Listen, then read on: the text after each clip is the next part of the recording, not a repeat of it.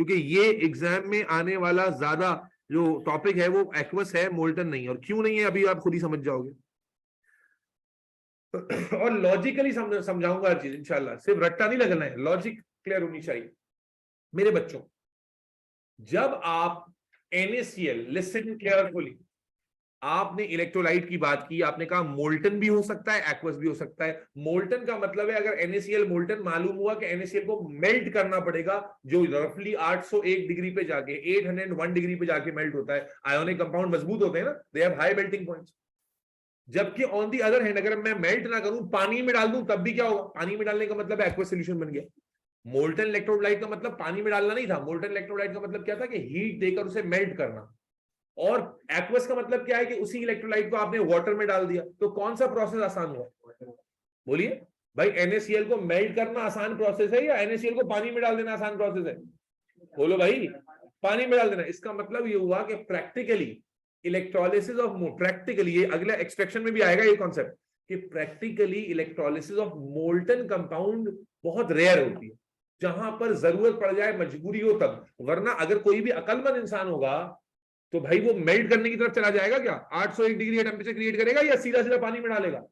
पानी। It is much more feasible. तो समझना, जब भी एग्जामिनर तुमसे फीजिबिलिटी पे क्वेश्चन करेगा तो कभी भी आंसर मोल्टन नहीं होगा, क्योंकि मोल्टन प्रोसेस फीजिबल नहीं होता, हाई एनर्जी कंजम्पशन है। एक्वस में सीधा पानी में डाला, प्रोसेस रेडी है होने के लिए, नंबर 1। तो सवाल यह है कि जब एक्वस फीजिबल ज्यादा है और मोल्टन नहीं है, तो फिर मोल्टन करते क्यों है? तो उसका आंसर तुम्हें ड्यूरिंग द डिस्कशन ही मिल जाएगा अभी थोड़ी देर में, कि भाई एक्वस के साथ मोल्टन भी कभी कभी करना पड़ जाता है, लेकिन फीजिबल यूजुअली क्या होता है? हमेशा एक्वस।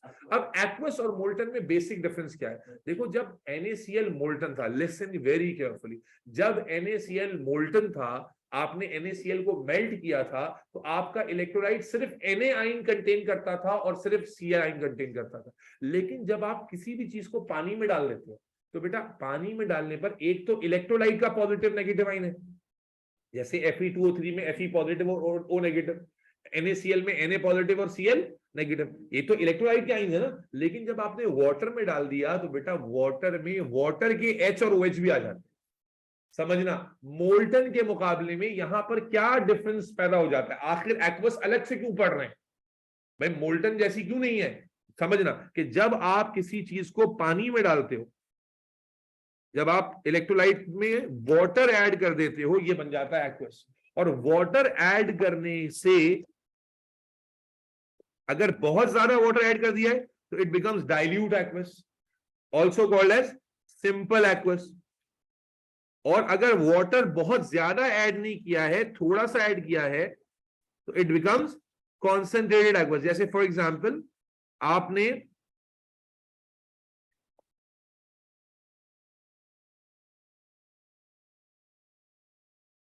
बहुत अच्छे से डिफरेंशिएशन समझनी है। देखो, मोल्टन वाज क्वाइट सिंपल, आपने इलेक्ट्रोलाइट को मेल्ट किया, बस काम किया। लेकिन करना मुश्किल है, क्योंकि मेल्ट करने के लिए टेम्परेचर बहुत ज्यादा चाहिए। Is that clear?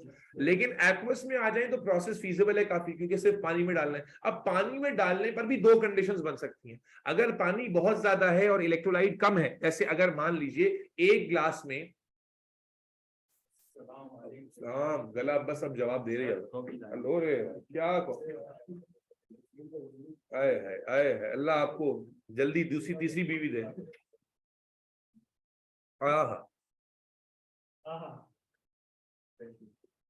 कॉफी बनाई है। बहरहाल, तो मैं बता ही रहा था कि भाई डाइल्यूट भी हो सकता है। जैसे एक ग्लास पानी, अब एक ग्लास पानी में अगर 1 चम्मच नमक है और दूसरी जगह एक ग्लास पानी में 10 चम्मच नमक के हैं, तो आप समझ सकते हो कि पहली एग्जांपल में नमक कम है, पानी बहुत ज्यादा है, और दूसरी एग्जांपल में पानी उतना नहीं है, नमक उसमें बहुत ज्यादा। तो ये फर्क होता है डाइल्यूट और एक्वस में। डाइल्यूट का मतलब है पानी ज्यादा है और इलेक्ट्रोलाइट कम है, और कॉन्सेंट्रेट का मतलब है कि पानी की क्वांटिटी बहुत कम है और इलेक्ट्रोलाइट की क्वांटिटी क्या है? ज्यादा। बाहर समझना क्या है? समझना यह है कि जब भी आप पानी डालोगे, मैं मिसाल के तौर पे NaCl था, देखो जब तक NaCl मोल्टन था ना, समझना बच्चे, जब तक NaCl मोल्टन हम इस्तेमाल कर रहे थे, तो सॉल्यूशन में इलेक्ट्रोलाइट में सिर्फ Na आयन था और क्लोराइड आयन था। Do you agree? लेकिन जब मैं यही NaCl को पानी में डाल दूंगा तो अब Na आइंस और Cl आइंस तो होंगे ही, लेकिन साथ ही साथ वाटर के H और OH आइंस भी होंगे। वाटर के H और, चाहे डाइल्यूट की बात करें या कॉन्सेंट्रेटेड की बात करें, चाहे डाइल्यूट की बात करें या कॉन्सेंट्रेटेड की बात करें, पहले समझना क्या है कि एक्वस में डिफरेंस मेकर क्या है, कि पहले एक ही टाइप का पॉजिटिव आइन था, एक ही टाइप का नेगेटिव आइन था, लेकिन जब वाटर में डाला तो वाटर का H भी आ गया साथ और वाटर का OH भी आ गया। इस वजह से अब एक ही सोल्यूशन में दो पॉजिटिव आइन है और दो नेगेटिव आइन है। भाई NaCl को पानी में डाला तो एक Na का पॉजिटिव आइन है और दूसरा H का पॉजिटिव आइन है। इसी तरह क्लोराइड का नेगेटिव आइन है, दूसरी तरफ OH का नेगेटिव आइन है। बात समझ में आ रही है? तो अब पहले क्या होता था, एक ही पॉजिटिव आइन होता था वो नेगेटिव इलेक्ट्रोड पे चला जाता था, एक ही नेगेटिव आइन होता था वो, समझ में आ रहा है कॉन्सेप्ट? एक ही नेगेटिव आइन होता था पहले तो वो पॉजिटिव पे जाता था और एक पॉजिटिव कहां चला जाता था, नेगेटिव पर। लेकिन अब तो एक से ज्यादा पॉजिटिव है, एक से ज्यादा नेगेटिव है, तो सवाल ये पैदा होता है कि कौन जाएगा, क्या दोनों जाएंगे या कोई एक जाएगा? बेटा सवाल समझ में आ रहा है कि भाई अब क्वेश्चन क्या है कि अगर दो पॉजिटिव आइन आ गए हैं क्या दोनों चले जाएंगे नेगेटिव की तरफ, या दो नेगेटिव है तो क्या दोनों पॉजिटिव इलेक्ट्रोड की तरफ अट्रैक्ट हो जाएंगे? नहीं बेटा, अब यहां होगा कंपटीशन। क्या होगा? और कंपटीशन जो जीतेगा वो जाएगा। Na और H के दरमियान क्या होगा? कंपटीशन। Cl और OH के दरमियान क्या होगा? कंपटीशन। कॉन्सेप्ट समझ में आ रहा है? जब एक से ज्यादा नेगेटिव है तो नेगेटिव आइंस में से कंपटीशन होगा, कौन जाएगा डिस्चार्ज होने के लिए। पॉजिटिव में भी कंपटीशन होगा। तो डिफरेंस मेकर क्या है? मोल्टन इलेक्ट्रोलाइट में कंपटीशन नहीं था, क्योंकि एक ही टाइप का पॉजिटिव आइन था, एक ही टाइप का नेगेटिव आइन था। लेकिन एक्वस में दो टाइप के पॉजिटिव आइन आ गए हैं, एक इलेक्ट्रोलाइट का और एक वाटर का। नेगेटिव भी दो टाइप के हो गए, एक इलेक्ट्रोलाइट का और एक वाटर का OH। इसलिए कंपटीशन का कॉन्सेप्ट आ गया। अब जो कंपटीशन जीतेगा वो डिस्चार्ज होगा, दूसरा डिस्चार्ज। अब सवाल पैदा होता है हमें कैसे पता चलेगा कि कौन कंपटीशन जीतेगा? तो भाई बताएगा आपका। मेरे बच्चे पहले यहां तक बात समझ में आई कि एक्वस इलेक्ट्रोलिसिस में बेसिक डिफरेंस मोल्टन से क्या है? जी जारा, शाइना, उमर, अब्दुल्ला, रुमैसा। जी सर, आ गई समझ। जारा तुमने तो स्कूल में पढ़ा हुआ भी है ना ये? जी सर। तो सही पढ़ा रहा हूं मैं? जी। रुमैसा तुम्हें समझ में आ रही है बात? जी सर। चलो बेटा अब समझो। अब सवाल ये है कि दोनों पॉजिटिव में से कौन डिस्चार्ज होगा, दोनों नेगेटिव में से कौन डिस्चार्ज होगा? बेटा इसका आंसर है डिस्चार्ज सीरीज। इसका आंसर क्या है?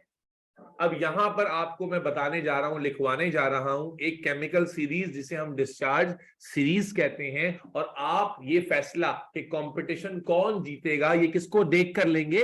डिस्चार्ज सीरीज को देख कर लेंगे। ठीक है जी, आए मेरे साथ डिस्चार्ज सीरीज लिख लें। कंपटीशन का कॉन्सेप्ट समझ में आ गया सबको?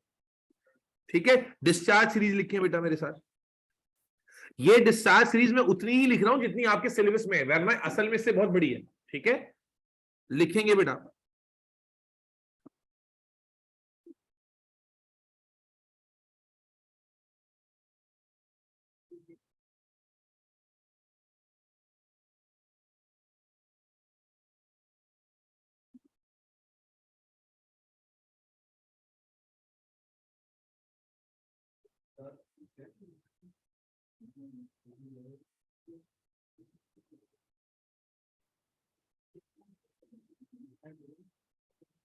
बता रहे हैं बेटा, लिख दो।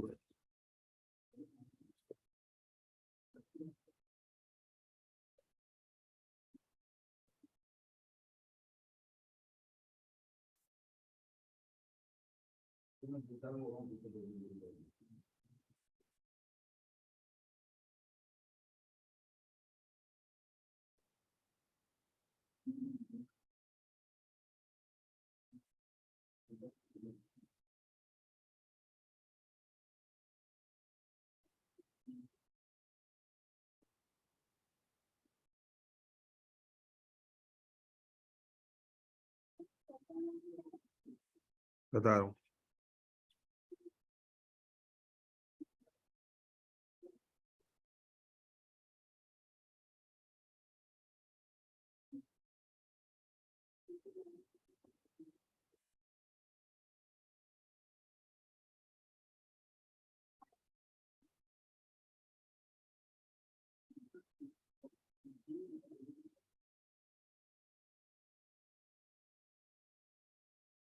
बेटा ये डिस्चार्ज सीरीज है और हमें ये मालूम करना, हमें पता होना चाहिए as we move down, listen carefully, as we move down discharge becomes easy, as we move down discharge becomes easy. यानी इस सीरीज के, ये मैंने कहा कंप्लीट नहीं, जितनी बुक में उतनी है, ठीक है, इस सीरीज के अकॉर्डिंग सबसे डिफिकल्ट डिस्चार्ज किसका है? पोटेशियम का। इस सीरीज के अकॉर्डिंग सबसे डिफिकल्ट डिस्चार्ज किसका है? पोटेशियम का। और सबसे इजी डिस्चार्ज किसका है? गोल्ड का। ठीक है, as we move down discharge becomes easy, as we move down लिख देते हैं बेटा, as we move down discharge becomes easy.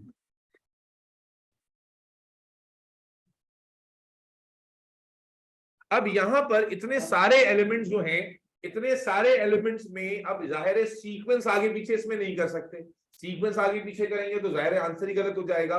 तो समझना यह है कि इस सीक्वेंस को, इतनी लंबी सीक्वेंस को याद रखने के लिए हमारे पास मल्टीपल निमोनिक्स हैं जो आपको हेल्प आउट करते हैं सीक्वेंस को याद रखने के लिए। हर टीचर आपको कोई ना कोई निमोनिक जरूर बता देता है ताकि ये याद रहे, वरना आगे पीछे कर लोगे। तो हम भी आपको एक निमोनिक लिखवा देते हैं, प्लीज जल्दी से लिख लीजिए।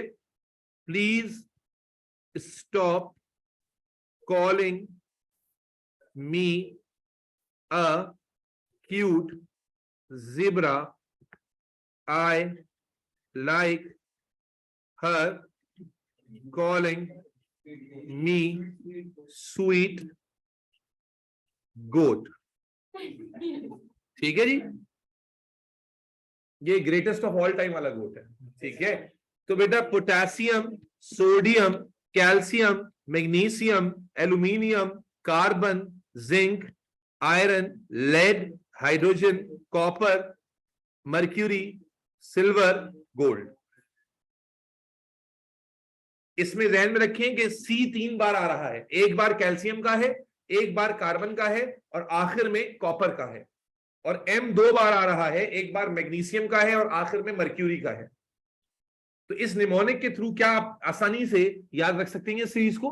बिल्कुल याद रख सकते हैं। तो बेटा कॉन्सेप्ट क्या था? कॉन्सेप्ट भाई क्या नाम है बच्ची, रोमैसा, कुछ समझ में भी आ रहा है? ऊपर से जा रहा है? जी जी सर आ रहा है। तो बेटा कॉन्सेप्ट क्या था कि भाई जब आप किसी इलेक्ट्रोलाइट को, सिद्धार्थ नहीं आ रही बात समझ, जब तो इसीलिए आ रही है ना कि आपने किया हुआ, मैं तो पता नहीं क्या समझा रहा हूं।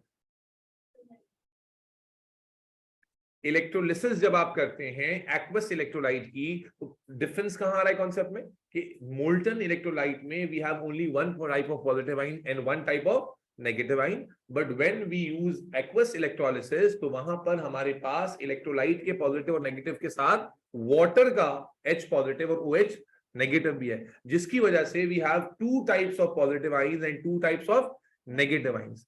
एंड देयरफॉर यहां पर कॉन्सेप्ट आ जाता है किसका? कंपटीशन का। और जो कंपेटिटिव आयंस में उनमें से कौन डिस्चार्ज होगा? जिसका डिस्चार्ज इजी है। और कैसे फैसला होगा डिस्चार्ज इजी का? According to this discharge series. Is that clear?